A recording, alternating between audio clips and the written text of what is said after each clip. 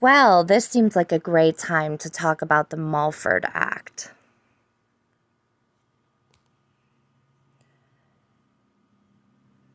Republicans are already starting to show support in possible bipartisan deals to ensure that there are universal background checks for weapons.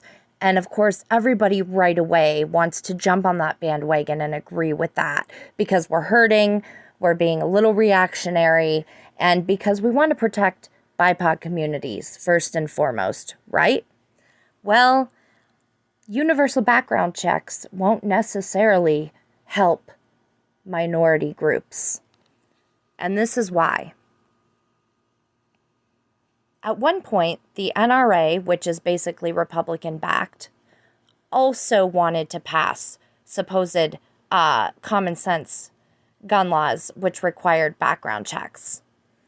And that was only because the Black Panthers decided to protest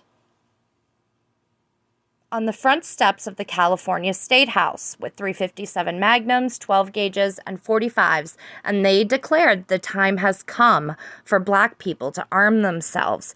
The display so frightened politicians, including California Governor, good old Ronald Reagan, that they passed the Mulford Act, which was a state bill prohibiting open carry of loaded firearms, along with an addendum prohibiting loaded firearms in the state capitol.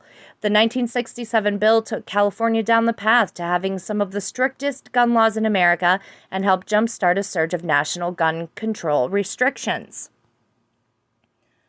For a group of over-policed people, such as the BIPOC community, the most dangerous thing we can do is take away their right to bear arms.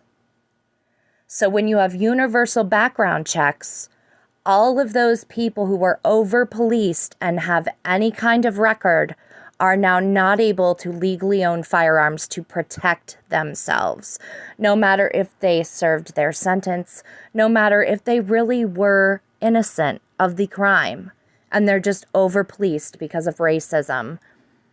This needs to be considered. This really needs to be considered because we need to arm the people who are misrepresented. We need to arm the poor. We need to arm BIPOC communities.